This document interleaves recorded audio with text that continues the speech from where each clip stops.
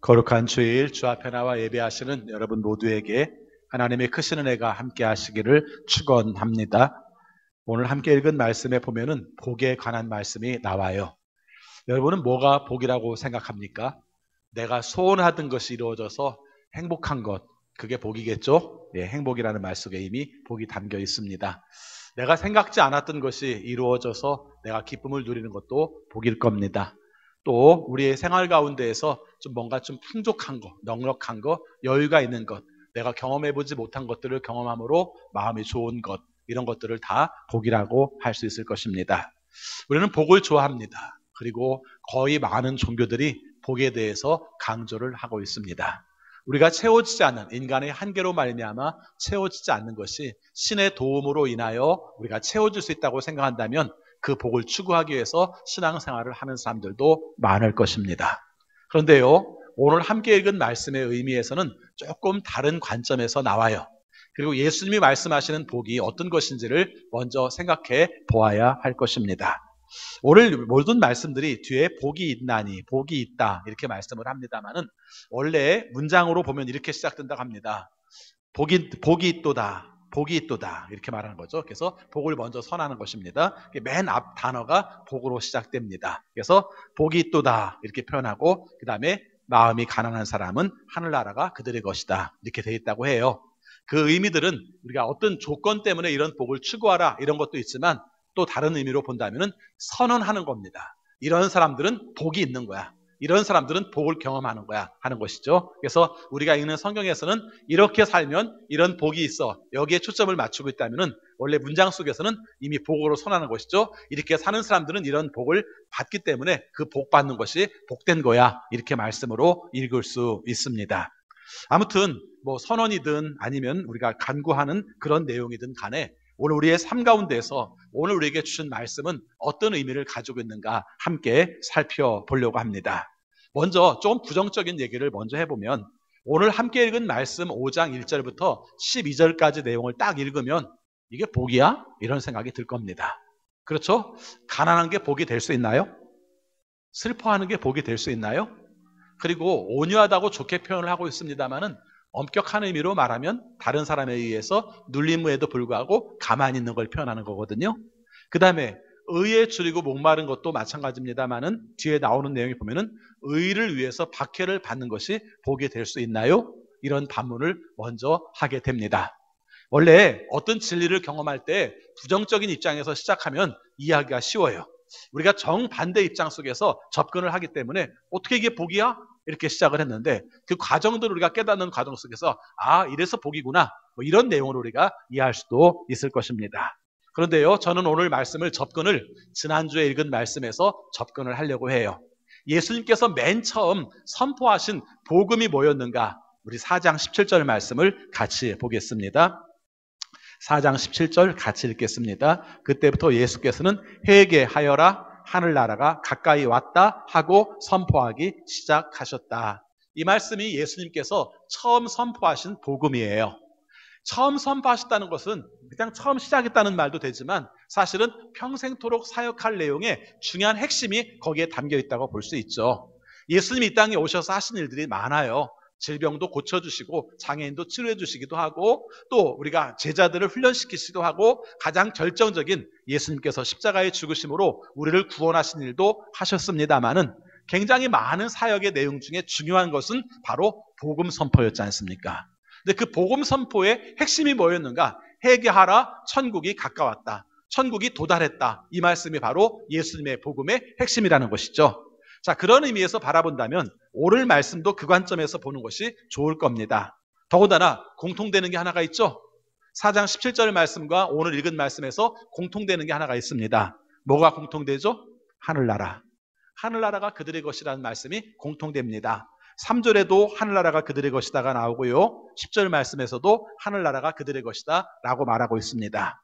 그러면은 지난주 읽은 말씀 4장 17절 말씀과 오늘 5장 말씀을 어떻게 연결을 시킬까 생각을 할 때 결국 하나님 나라를 받아들임으로 말미암아 회개하는 사람들은 복되다. 근데 그 회개함 가운데서 우리의 삶이 어떻게 바뀌는가 이렇게 보는 겁니다. 자, 회개라는 말을 지난주에도 말씀을 드렸습니다만은 우리는 통념적으로 가지고 있는 회개에 대한 생각이 있어요. 회개는 막 눈물 흘리면서 옛날 말로 자복하면서 내가 지난 날들을 잘못 살았던 것을 하나님께 눈물 흘리면서 용서를 구하는 걸 회개라고 생각을 합니다. 틀린 말은 아닙니다. 그러나 반만 맞는 말이죠. 회개라는 말을 쓸 때는 뉘우침이 있고 또 하나는 돌이킴이 필요한 것이죠. 그래서 해와 개가 있어야 회개예요. 그래서 오히려 이 말씀 속에 강조하는 것이 있다면 하나님 나라가 이 땅에 왔어요. 하나님 나라가 우리의 삶 가운데 왔어요. 더 쉽게 말하면 하나님이 우리 안에 들어오셨어요. 그래서 우리의 삶이 바뀌어버리는 겁니다. 전환되는 거예요. 유턴하는 것이죠. 터닝 포인트예요. 이렇게 바뀜으로 말미암아 우리의 삶이 하나님께서 원하시는 것으로 움직여 살게 되는 거예요. 하나님 나라가 시작되었고 그래서 바뀌었고 그런 가운데서 모든 문제들이 우리의 삶 속에 이루어지는 내용이 오늘 말씀 속에 나오는 것이죠. 여러분, 인생이 바뀐다는 게 되게 힘들어요. 그렇죠? 자꾸 이렇게 말하면 우리 포에버 식구들이 서운할 수 있겠는데 제가 지난주 수요일 날 오늘처럼 똑같이 우리 포에버 식구들에게 말씀드렸어요. 우리 예배드리기 전에 우리 몇 가지 당부사항 드리겠습니다. 다른 거 다 빼고 이제 가장 결정적인 거 기침할 때에는 이렇게 기침합시다. 제가 이렇게 말씀을 드렸어요. 일부러 3번씩이나 강조를 했어요. 왜냐하면 연세 드신 분들은 기침을 쉽게 잘해요. 더군다나 소외배실이 이렇게 함께 밀집된 공간이라서 건조하니까 기침이 잘 나옵니다. 그래서 이렇게 말씀을 드렸어요. 근데 기침할 때 보니까 다 이렇게 하시더라고요. 그분들이 내 말을 안 들은 게 아니라, 그렇죠? 이해하시기 바랍니다. 예. 여러분들을 샘플로 써서 제가 죄송합니다만은 우리 다 마찬가지예요. 그분들이 제 말을 안 들어서 그런 게 아니라, 귀담아 듣지 못해서 그런 게 아니라 사실은 살아온 삶의 습관들이 우리들을 그렇게 살게 하고 있어요. 물론 우리가 교육이라는 것이 우리를 바꾸게 합니다. 그래서 학습을 많이 합니다만은 사실은 학습 효과도 중요하지만은 실제 살아가는 삶의 내용들은 다 어떻습니까? 경험 속에서 이루어지죠. 그래서 우리가 사실은 학습을 시킬 때도 어떻게 하고 있습니까? 경험해온 눈높이로 설명을 해서 그가 설득하게 하고 그로 말미암아 받아들이게 하고 그리고 살게 하는 게 학습이죠. 이렇게 생각했을 때 하나님 나라를 받아들인다? 삶이 전환된다? 쉽지 않아요. 여러분, 우리가 살아봐서 알지 않습니까? 예수 그리스도를 우리 안에 모시고 살아가기 때문에 예수님께서 원하시는 대로 살아간다는 것을 우리가 다 인정해요.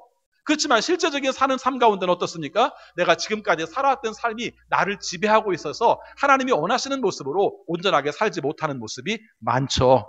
그런 관점에서 오늘 말씀을 보려고 해요. 회개 혹은 전환, 우리가 뉘우침, 돌이킴 이런 관점 속에서 오늘 말씀을 보면 답이 좀 쉽게 나옵니다. 먼저 우리 3절 말씀을 보겠습니다. 3절 말씀에서도 우리가 좀 의아한 내용이죠. 가난한 게 어떻게 복이야? 그래도 마음이 가난하잖아. 이렇게 말할지 모릅니다. 그런데요, 여러분, 마음이 가난하다는 게 뭘까요? 우리가 생각하기 착한 거? 글쎄요, 그 내용은 오히려 뒤에 나오는 마음이 깨끗한 사람과 더 연결되지 않을까요? 저는 이 말씀을 이렇게 봅니다.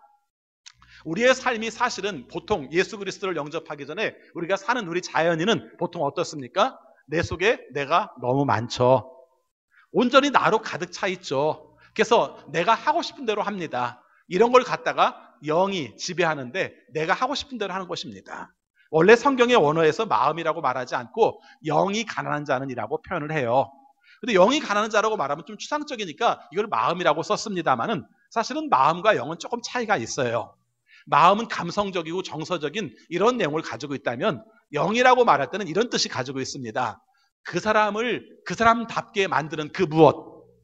그렇죠? 예를 들어서 내가 노래하는 사람이에요. 그래서 내 삶의 모든 자존심과 내 삶의 모든 주관은 노래에 있습니다. 그 사람은 노래의 영으로 산다고 해도 과언이 아니에요. 제 설명이 완벽하지는 않습니다만은 좀 그런 요소를 가지고 있어요. 내가 자존심 있게, 내가 그것을 견디게 하고, 내가 내 스스로가 이런 존재라고 말하게 할 만한 것이 영이라는 것이죠. 거기다가 거룩한 걸 붙이면 성령이 되고요. 거기다 더러운 걸 붙이면 악령이 돼요. 성경에서 쓰는 방식이 그런 식으로 쓰고 있을 때 영이 가난한 자는 복이 있다는 말이 무슨 말일까 생각을 해보세요. 아까 말씀드렸죠. 하나님 나라를 받아들이기 위해서는 어떻게 하라고요? 회개하라고 그랬습니다. 하나님 나라를 받아들이기 위해서 회개하는 것은 뉘우치기만 하는 게 아니라 돌이키는 겁니다. 예전에 내가 살았던 삶의 모든 가치관들을 버리고, 그러니까 어떻게 됐어요? 내가 살던 예전에 나의 가치로 보면 어떻게 됐어요? 가난해졌어요. 조금 전에도 우리가 우한시 얘기를 했습니다만은 저는 우한시에 있는 사람들이 정말 강도 만난 기분일 것 같아요. 어느 순간 다 폐쇄되어서 돈이 있어도 쓸 수 없어요. 돈이 있어도 여행을 할 수가 없어요. 어느 순간 다 묶여버렸어요. 그래서 지금까지는 넉넉한 삶이었는데 어느 순간 자기는 어떻게 돼버렸습니까? 가난한 게 된 거죠. 그런 입장 속에서 이 말씀을 보시면 좀 이해가 쉬워요. 전에는 제가 굉장히 괜찮은 존재였어요. 내가 굉장히 쓸만한 존재라고 생각했어요. 근데 하나님을 모시고 나니까 그게 하나의 고집이었고 때에 따라서는 굉장히 다른 사람들에게 폭력이었을 수도 있다는 것이죠. 이걸 경험하고 나니까 내가 하나님 앞에 어떤 존재가 되었습니까? 가난한 존재가 되었어요. 이렇게 이해하시면 이 말씀이 쉬워요. 그러니까 이 말은 우리의 마음이 영이 가난함으로 말미암아 하나님 나라를 차지한다는 말씀도 될 수 있지만 사실은 하나님 나라가 우리 안에 들어오고 나니까 우리의 과거의 삶은 나는 가난해졌다. 이런 의미로도 읽을 수 있는 것이죠. 저는 여러분들이 모두가 다 가난했으면 좋겠어요. 이봐 아멘도 안 하잖아요. 누가 좋아하겠어요? 아무도 안 좋아하지.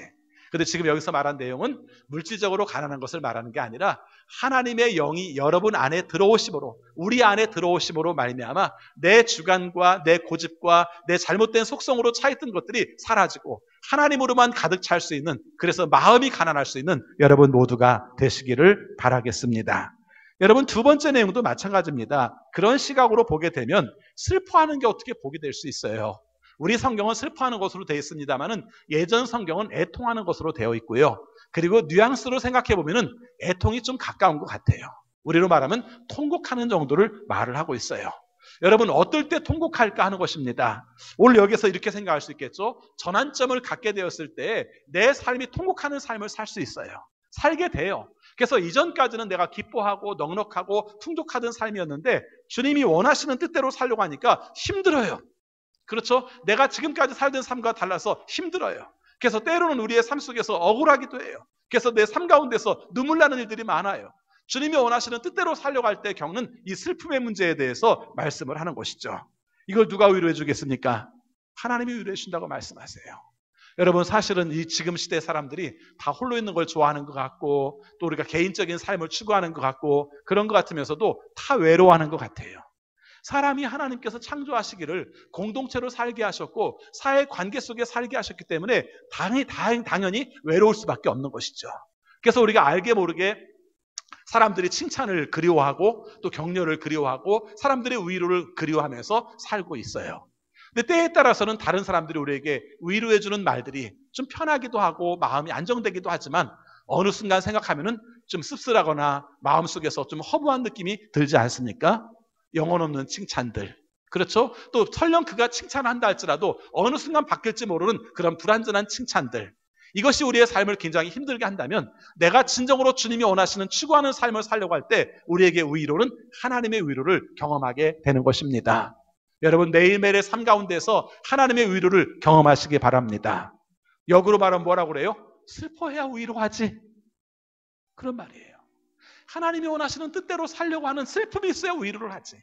하나님이 원하시는 뜻대로 살려고 하는 슬픔도 없는데 어떻게 하나님의 위로를 받을 수 있겠는가? 이렇게 우리가 읽을 수가 있습니다.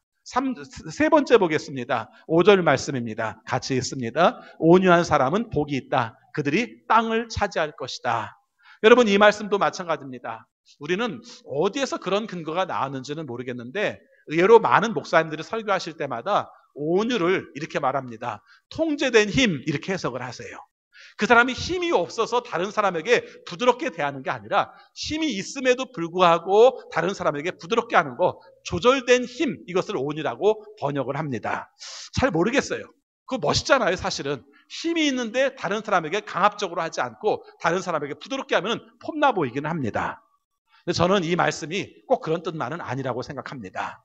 사실 우리가 사는 상존의 삶의 모든 환경 속에서는 힘이 있는데 통제함으로 우리가 온유함으로만 사는 게 아니라 사실은 어떻습니까? 힘이 없이도 온유하게 살 때가 더 많죠. 그래서 저는 이 말씀이 이런 뜻으로 드립니다. 온유하다는 것은 어떤 상태인가? 내가 빼앗김에도 불구하고 내가 다른 사람에게 빼앗김에도 불구하고 내가 그 상태를 유지할 수 있고 그 유지함 가운데서 하나님이 원하시는 마음으로 부드럽게 살 수 있는 것이 바로 온유라고 봅니다. 그러니까 이 내용은 결국 뒤에 있는 말과 연결시키면 뭘 한 거예요? 땅을 빼앗긴 사람들이에요. 그렇죠? 땅을 빼앗긴 사람들. 이 세상에 살면서도 땅을 빼앗긴 사람들이 많아요. 내가 추구하는 삶과 다르게 내 뜻과 관계없이 내가 억울하게 땅을 빼앗긴 사람들의 역할들이 있죠. 그런 목들이 있다는 것이죠. 무슨 부동산으로서의 땅만이 아니라 내가 소유하고 내가 중요하게 여겼던 것을 어느 순간 빼앗겨 버렸는데 그 빼앗긴 것 가운데서 하나님께서 채워주시는 역사들을 경험하는 것을 말하고 있습니다. 사실은 제일 힘든 게 저는 6절 같아요. 네 번째, 우리 같이 읽겠습니다. 의에 줄이고 목마른 사람은 복이 있다. 그들이 배부를 것이다. 여러분, 여기서 줄이고 목마르니까 배부르게 하시는 게 맞죠. 근데 거기서 가장 중요한 단어는 의입니다. 의. 여기서 의라고 말할 때는 옳음입니다. 그것도 하나님의 기준 속에서 보신 옳음입니다. 옳다는 겁니다. 여러분, 신앙생활을 하는 사람은요, 세 면에서 변화를 해야 됩니다. 예수 그리스도를 영접함으로 말미암아 하나님께 예배하는 자라는 것을 알고 하나님 보시기에 합당하게 온전하게 살려는 예배자가 되어야 합니다. 이게 첫 번째고요. 두 번째는 마음의 변화들이 나타나야 됩니다. 우리의 삶 속의 속성들, 성품의 변화가 나타나야 됩니다. 그래서 우리가 중요하게 여기던 욕망이나 아니면 관계성 속에서의 미움이나 이런 것들이 정리가 되어서 하나님께서 원하시는 속성으로 가는 것이 맞습니다. 그런데 세 번째가 필요해요. 이것이 바로 이웃과의 관계의 문제입니다. 여러분, 이웃과의 관계의 문제 속에서 가장 기본적인 게 뭔 줄 압니까? 옆에 있는 사람이 억울한 사람이 없게 하라는 겁니다. 이게 제일 중요해요. 여러분, 십계명에 나와 있는 내용 중에서도 거짓 증인을 하지 말라는 말도 그게 법률적인 용어입니다. 정말 잘못된 증언을 함으로 그 사람이 억울하지 않게 하라는 말입니다. 이 의를 말할 때도 마찬가지예요. 억울한 사람이 없게 하라는 것입니다. 그런데 이게 어려워요. 왜 어렵습니까? 의로운 역할을 감당하려고 하면은 불이익을 당할 수밖에 없는 것이죠. 현 사회와 연결시켜서 말씀을 드리면 이런 겁니다. 예를 들어서 내가 성추행을 당했어요. 미투의 대상자가 된 겁니다. 나 피해자예요. 그래서 이 억울함이 풀어졌으면 좋겠어요. 나에게 가해한 사람이 징계를 받든지 그 사람과 내가 같이 일하지 않게 해주든지 이게 회사에서 해주기를 바라는 그런 원칙이에요.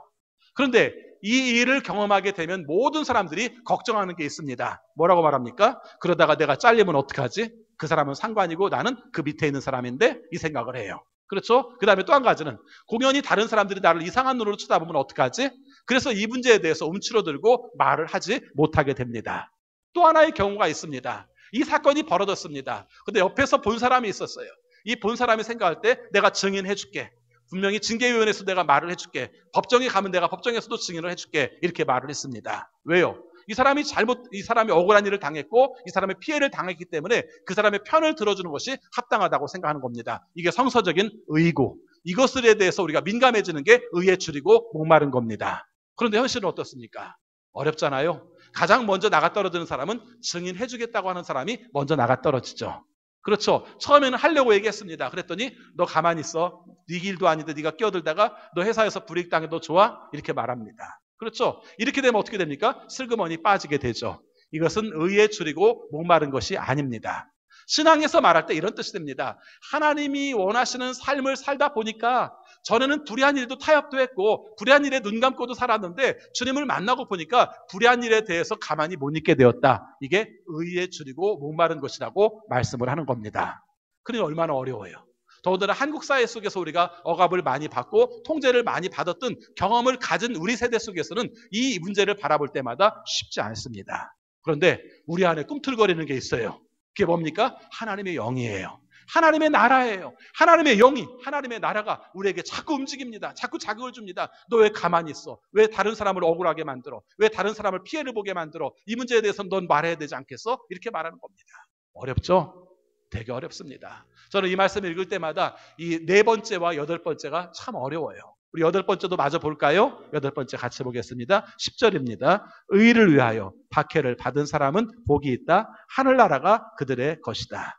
여러분, 의에 줄이고 목마른 사람, 옳은 일을 보면 못 견디고 그것을 내가 하지 않고는 못 견디는 그 갈망을 가지고 있는 사람은 하나님께서 배부르게 하신다고 말씀하셨는데 10절 말씀은 더 확장된 내용이에요. 확장된 내용은 뭡니까? 박해받아요.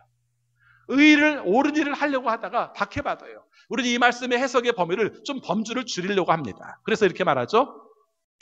예수님을 믿다가 뭐 공산주의에 의해서든지 아니면 다른 종교에 의해서든지 우리가 탄압을 받게 되면 나는 죽음을 각오하고 순교할 겁니다. 자꾸 이렇게만 해석하려고 해요. 이것도 틀린 해석은 아닙니다. 하나님이 원하시는 뜻을 이루기 위해서 내가 순교하겠습니다는 것도 틀린 해석은 아니에요. 그러나 부분적인 해석입니다. 여러분 생각해보면 그렇습니다. 순간적인 작은 일에 의롭게 나서지 못한 사람이 그 목숨이 그 아까운 마음을 가진 그 삶이 진정으로 예수 그리스도를 믿지 않아야 믿지 않아야 산다고 말했을 때 우리가 순교를 각오하면서 그 길을 갈 수 있겠는가? 저는 불가능하다고 생각합니다. 여러분, 신앙의 힘으로 감당하죠. 예, 그렇다면 우리의 삶 속에 벌어지고 있는 의의 문제 속에서도 신앙의 힘으로 감당해야 되는 것입니다. 오늘 말씀이 그래서 어렵다고 그랬어요. 우리가 생각할 때는 예수 믿으면 편하고, 예수 믿으면 많아지고, 예수 믿으면 관계가 좋아지고, 예수 믿으면 넉넉하고 이면저만 생각했는데 오늘 말씀은 이런 뜻입니다. 예수 믿고 복 받는다는 것은 하나님이 우리 안에 가득 차 있음으로 말미암아 하나님이 원하시는 것을 하게 되는 거야. 내가 지금까지는 전혀 생각지도 않았던 삶인데 이제부터는 그게 보이는 거야. 그래서 우리의 삶 가운데 때로는 불편할 수도 있어, 슬플 수도 있어, 되게 힘들 수도 있어. 그러나 그것을 내가 취함으로 말미암아 주님과 함께 산다는 기쁨을 경험하고 사는 거야. 이런 내용입니다. 몸은 고달플지 모르지만 내 삶의 주장과 내 삶의 목표가 오직 하나님께 매여 있다는 걸 알고 하나님이 원하신다는 걸 알고 심지어는 가장 큰 기쁨은 하나님이 원하시는 일을 내가 하고 있네? 심지어는 하나님께서 하시고자 하는 일을 내가 하고 있네? 이것이 우리의 삶 속의 기쁨이 되는 것, 이게 바로 하나님 나라의 기쁨이고 하나님 나라의 복이라는 것을 말씀해주고 있습니다. 여러분 7절 말씀 보니까 자비한 것이 나옵니다. 7절 같이 있습니다. 자비한 사람은 복이 있다. 하나님이 그들을 자비롭게 대하실 것이다. 한번 단도직입적으로 물어봅시다. 여러분 예수님을 믿고 났더니 그 다음부터 사람들이 좀 긍휼하게 여겨지십니까? 아니 뭐 아니라고는 말을 못하겠죠. 조금은 있겠죠. 근데 예전에는 그냥 미웠던 사람인데, 예전에는 그냥 지가 잘못했으니까 그랬다고 생각했는데 어느 순간 생각하니까 그 사람이 굉장히 불쌍하게 느껴지는 사람이 있습니까? 그렇다면 여러분은 하나님 나라가 이미 여러분 안에 계신 것이고 그것으로 말미암아 하나님의 자비로움을 경험할 수 있을 것이라고 말씀하고 있습니다. 여러분 이 문제를 좀 이렇게 생각해보면 좋을 것 같아요. 우리가 굉장히 객관적인 존재로 살 때가 많아요. 어떻게 객관적입니까? 사람이 다 내가 생각하는 건 주관적일 수밖에 없지. 근데도 상대방들을 대상화시킨단 말이죠. 그래서 사람들을 말할 때도 가난하면 게을러서 그래 이렇게 말합니다. 옛날에 언젠가 그런 얘기를 했다가 한번 굉장히 반박을 당한 사람이 있었는데 가난한 건 게을러서 그래 라고 말하니까 어떤 분이 이런 논리를 폈더라고요. 이 땅에 가난한 사람 치고 일하는 시간이 짧은 사람이 누가 있냐는 거예요. 맞죠? 예. 새벽에 나가봐라. 새벽같이 일찍 나가봐라. 그랬을 때 그 사람들이 얼마나 부지런히 일하는 걸 우리가 볼 수 있다. 그러나 어떻습니까? 사회적 구조 속에서 가난할 수밖에 없다는 것이죠. 그래서 그들은 그 말이 사라졌어요. 비극적. 근데 오늘 우리의 삶 속에서 그렇게 보던 시각이 어느 순간 보니까 불쌍한 거예요. 긍휼한 거예요. 열심히 노력함에도 불구하고 그것이 온전하게 이루어지지 않고 채워지지 않는 것에 대해서 안타깝게 여기는 거예요. 때에 따라서는 이런 경우도 있죠. 특별히 우리가 이제 가난한 사람에 대해서는 그런 동정의 마음이 있는데 넉넉한 사람들, 많이 가진 사람들에 대한 마음들은 우리의 삶 가운데서 좀 안 좋은 생각을 가지고 있죠. 특별히 선교적 입장에서도 그런 경우를 많이 가지고 있어요. 늘 제가 자주 예를 드는 예 중에 하나가 일본이죠. 그렇죠? 일본을 선교한다면 사람들이 그럽니다. 아프리카에 가서 하는 건 이해를 하지만, 동남아시아에 가서 하는 건 이해를 하지만 왜 잘 사는 나라 일본에 가서 해? 더군다나 우리나라를 강점한 나라인데 불쌍하게 안 보이면 선교 못해요. 그렇죠? 불쌍하게 안 보이면 선교 못해요. 그래서 우리보다 넉넉한 나라고 우리를 침략했던 나라고 그래서 우리에게 있어서 별로 마음에 안 드는 나라고 그렇게 보였는데 어느 순간 보니까 굉장히 불쌍한 나라예요. 굉장히 뭔가 충족되고 싶어서 800만의 신을 섬기는 나라지만 그럼에도 불구하고 그 고독감과 외로움들은 어느 나라보다 더 깊어요. 저는 가끔 일본 영화 볼 때 느꼈던 늘 중에 하나가 왜 일본 영화는 다 우울하지? 이 생각이 저는 짙어요. 이런 마음들을 갖게 되었을 때 생각이 달라지는 겁니다. 그들이야말로 하나님을 영접해야 될 사람들이고 그들이야말로 하나님의 복음을 알아야 될 사람이라는 생각을 갖게 될 때 이게 어디서 비롯됩니까? 하나님 나라가 우리 안에 들어와 그들을 자비롭게 바라보는 눈으로 말미암아 이루어지는 것이죠. 여러분 하나님이 여러분들을 긍휼히 여기시기를 바라십니까? 오늘 말씀을 역으로 말하면 정말 하나님의 의로하심을 받기 원한다면 사람들을 긍휼히 여기십시오라고 역으로 말할 수도 있습니다. 8절 보겠습니다. 8절 같이 있습니다. 마음이 깨끗한 사람은 복이 있다. 그들이 하나님을 볼 것이다. 여러분 그래도 우리가 읽고 있는 말씀 중에서 제일 평이하게 읽을 수 있는 말씀이 사실은 8절이에요. 아까 말씀드린 것처럼 예수 그리스도를 믿음으로 말미암아 내 안에 성품이 바뀌어서 내적인 청결을 유지하게 되는 것, 이게 바로 우리가 추구하는 내용의 전체라고 생각할지 모르지만 이것도 한 부분이라는 것이죠. 그리고 그것은 필요한 것이기도 해요. 내 마음속에 방탕하게 살던 삶들, 내 삶 속에 욕망으로 살던 삶들, 내 삶 속에서 다른 사람들을 무시하고 살던 삶들이 바뀌어서 우리의 마음이 사랑이 있고 또 온유가 있고 또 친절한 마음이 있고 다른 사람들을 배려하는 마음을 갖게 된다면 그 사람들이 바로 하나님을 볼 것이라고 말씀을 합니다. 저는 오늘 결론의 말씀을 9절로 내리려고 해요. 아까 8번째 복은 조금 전에 말씀을 드렸으니까 9절로 결론을 내리려고 합니다. 우리 9절 7번째 복을 같이 읽겠습니다. 평화를 이루는 사람은 복이 있다. 하나님이 그들을 자기의 자녀라고 부르실 것이다. 여러분, 평화를 이루는 사람, 이걸 영어로 말하면 그냥 피스메이커라고 생각하시면 쉽습니다. 화평케 하는 자는, 평화를 이루는 피스메이커, 다 같은 말입니다.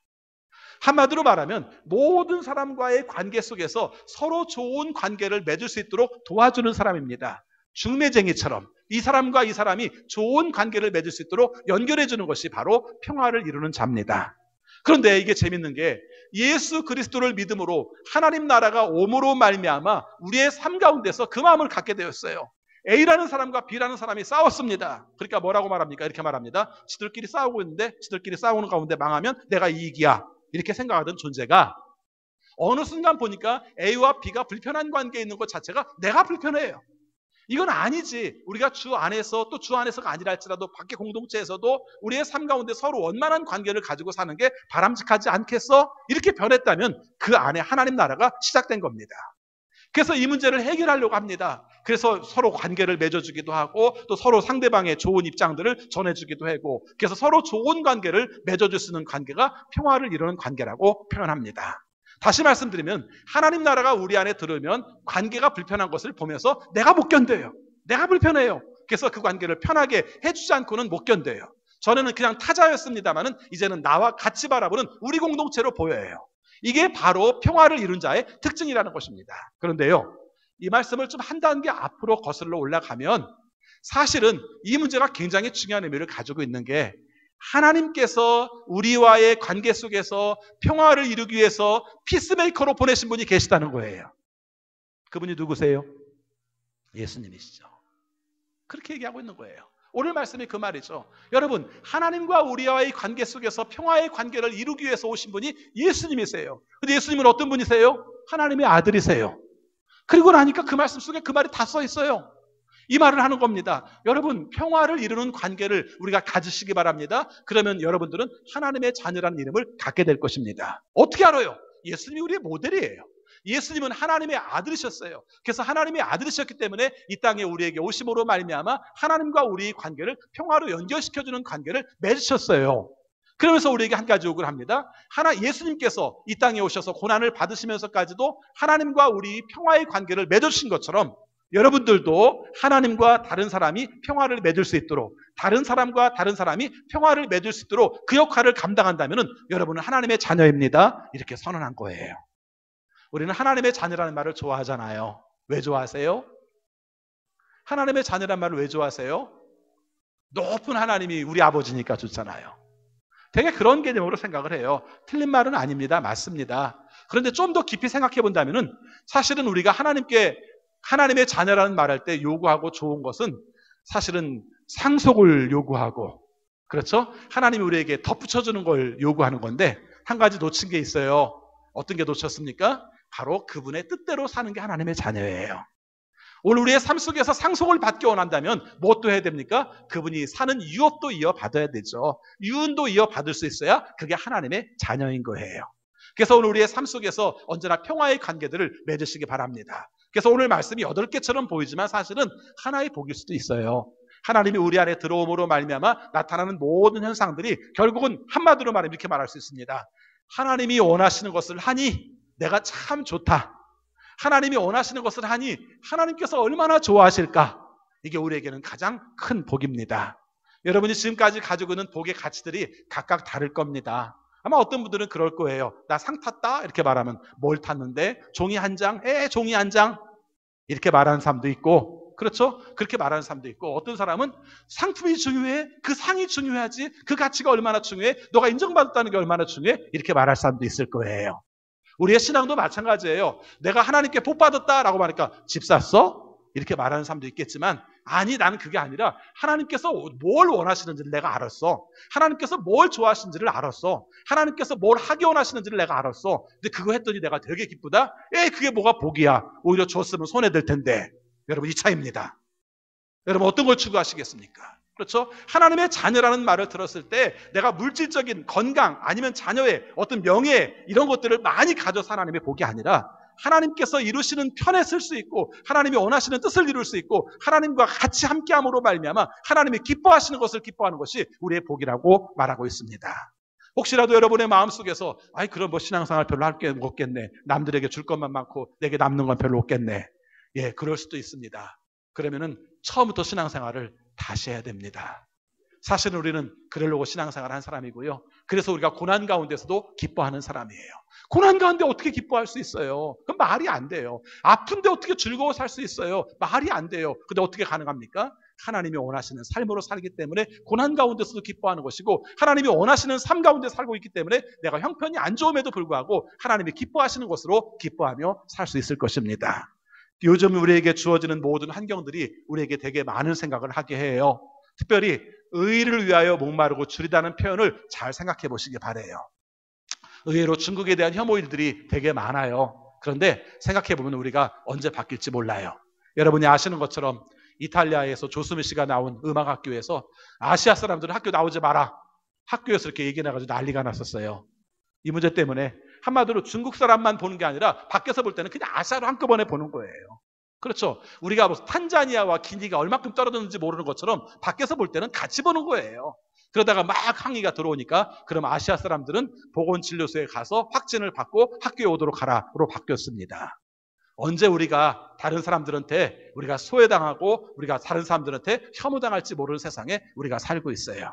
오히려 우리가 함께 받아들이고 수용하고 살아가는 것은 하나님 나라를 추구하는 것이고 하나님께서 기뻐하시는 것이라는 것을 알아서 그 뜻을 순종하고 수용하고 받아들일 수 있는 우리 모두가 되시기를 바라겠습니다. 기도하겠습니다. 주님 사랑합니다. 오늘 말씀을 통해서 하나님 나라를 경험한 사람들이 어떤 복을 받는지 어떤 변화들을 겪는지 함께 살폈습니다. 우리가 생각하는 세상에서의 가치와 다르지만 이것이 오히려 하나님께서 원하시는 것이고 하나님께서 기뻐하시는 것이고 또 하나님과 동행하는 기쁨이라는 것을 저희들이 함께 살폈습니다.